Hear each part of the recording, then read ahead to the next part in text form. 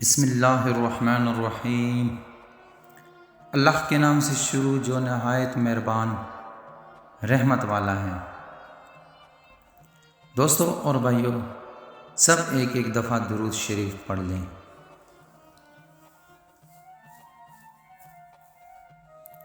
حضرت ابو امامہ رضی اللہ تعالی عنہ بیان فرماتے ہیں کہ حضور نبی اکرم خاتم النبیین حضرت محمد مصطفیٰ صلی اللہ تعالی علیہ وآلہ وصحبہ وبارک وسلم نے اپنے دونوں موزے پہننے کے لیے منگوائے۔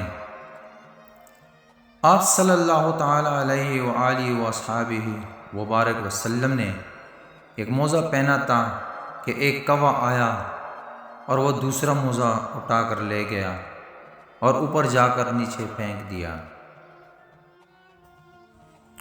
اس موزے میں سے ایک سانپ نکلا۔